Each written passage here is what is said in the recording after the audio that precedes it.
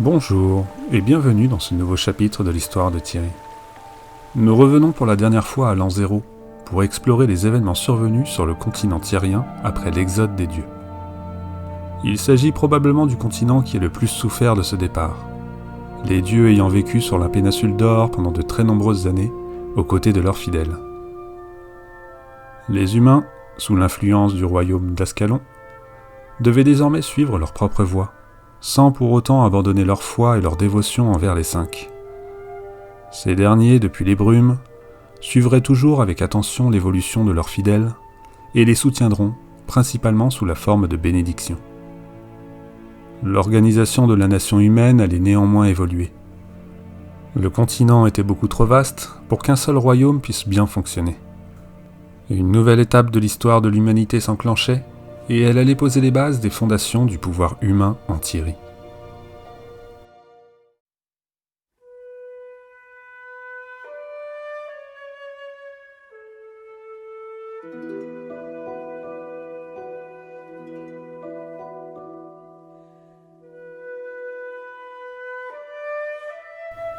Lors du 3e chapitre, nous avions abordé la création du royaume d'Ascalon, ou comment les humains avaient bouté hors de ces terres les Tchars qui y régnaient en maître, et où Doric avait pris le pouvoir en 100 avant l'Exode.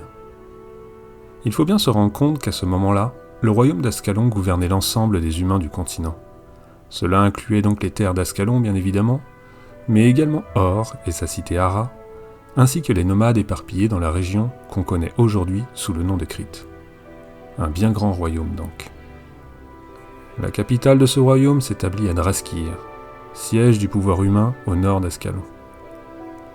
Il est intéressant de noter que la construction du grand rempart nord, devant protéger les humains contre les Tchars au nord, avait déjà débuté au moment de l'Exode.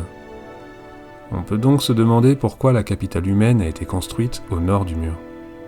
Bonne question, hein ? La menace Tchar était certes moins sérieuse, mais elle était malgré tout présente.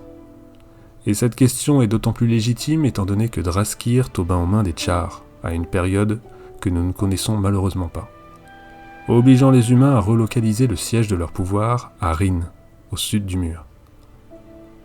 Les différents rois qui se succédèrent appartenaient toujours à la même lignée, celle de Doric, et tous furent couronnés au gué du roi, dans la vallée du Régent, imitant ainsi le premier roi d'Ascalon. Avant de partir, les dieux firent don de 3 puissantes reliques au roi ascalonien, afin de protéger leur royaume. Une couronne magique et les 2 épées de Balthazar lui-même, Sootine et Magdaer. Ces 3 reliques étaient en réalité capables de déclencher un puissant rituel magique, donnant ainsi au royaume humain la capacité de se protéger d'éventuelles menaces. Dès lors, tous les rois ascaloniens arborèrent cette couronne divine, et les 2 épées passèrent de génération en génération au sein de la lignée royale. Ascalon était donc bien ancré en Thierry, et le royaume vit bon nombre de nouvelles infrastructures humaines embellir le territoire, comme l'Académie de Nolani, fondée en 860 après l'Exode, l'une des écoles de magie les plus prestigieuses du continent, accueillant des humains de toutes les régions de Thierry. Mais à ce moment-là de l'histoire, l'influence d'Ascalon était déjà bien amoindrie, et surtout, elle ne constituait plus la seule nation humaine du continent thierrien.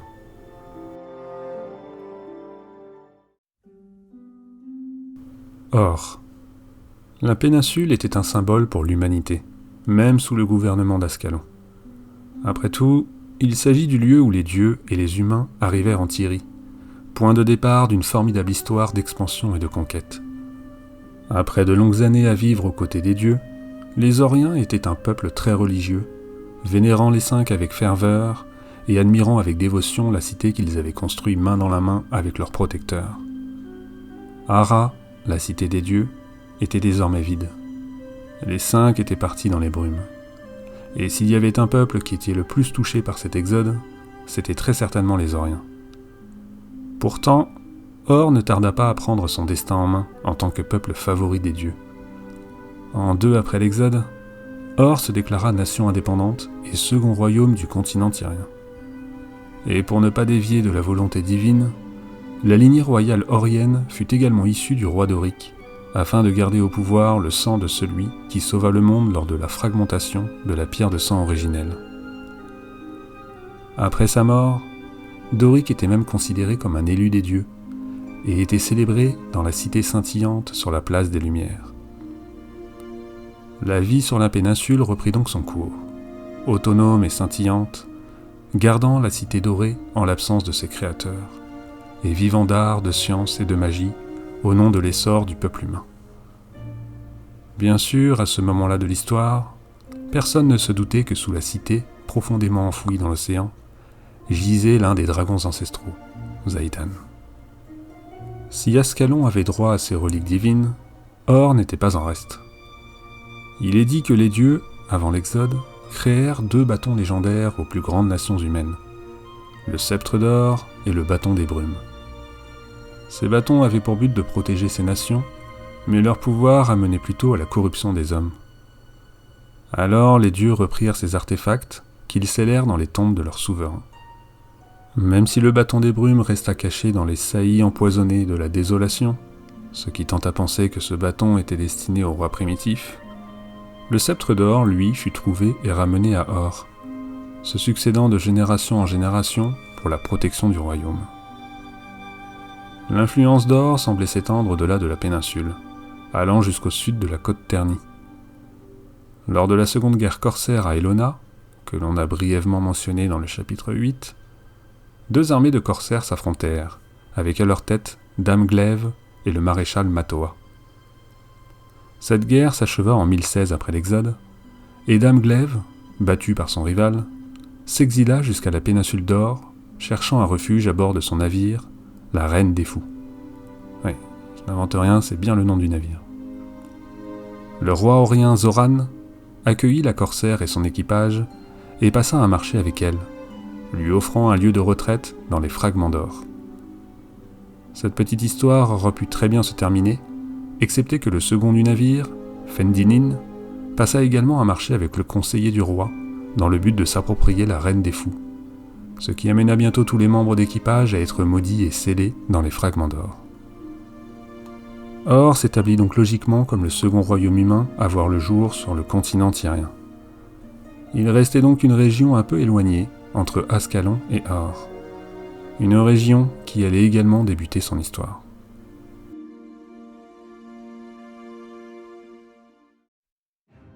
La Crite. Une magnifique région, avec ses prairies verdoyantes, ses plages scintillantes et ses marais marécageux. Bon. Les informations sur ces terres au moment de l'Exode sont plutôt rares, voire inexistantes. Il faut avancer de quelques siècles pour pouvoir constater une évolution de la région.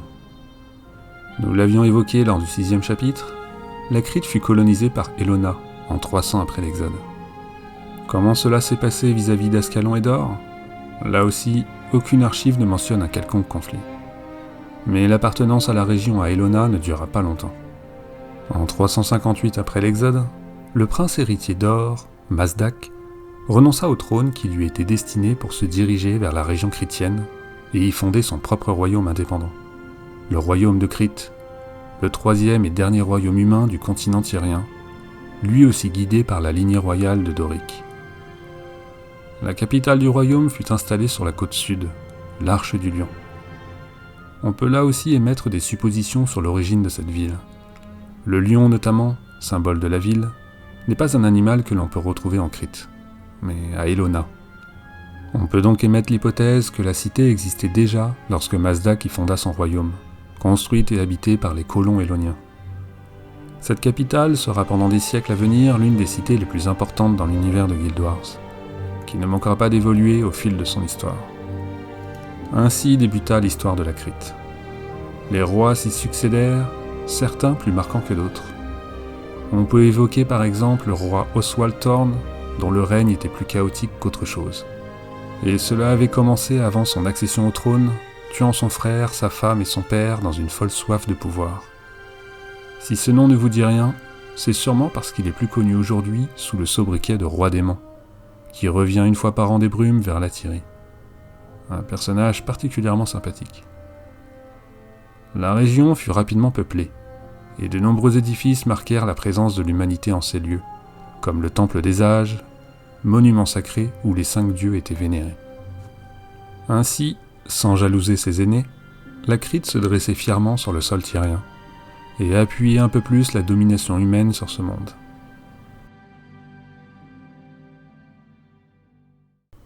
Les royaumes humains étaient fortement établis. Ascalon, Or et la Crite vivaient, se construisaient et prospéraient sur le sol de l'Athyrie, comme un symbole de l'humanité sur ce monde. Et main dans la main, ils se soutenaient, amis et alliés, jusqu'à la fin des temps. Non, je plaisante, ils vont se tataner entre eux, mais ça, c'est une autre histoire. Merci à tous d'avoir visionné cette vidéo. C'était le premier chapitre de l'histoire du continent tyrien après l'Exode, et tout comme le cycle de Kanta, il s'agit ici plus d'une introduction pour les événements à venir. Une mise en place des différents royaumes en quelque sorte. C'est aussi une période où l'on n'a pas énormément d'informations. Les recherches sont un peu compliquées, mais c'est d'autant plus intéressant. S'il y a des points que j'ai manqués, n'hésitez pas à m'en faire part en commentaire. Prochain chapitre, nous allons aborder un événement très important, à tel point qu'il donna son nom au jeu. Ça va remuer dans les chaumières et c'est ça qu'on aime. Je vous dis à très bientôt, salut.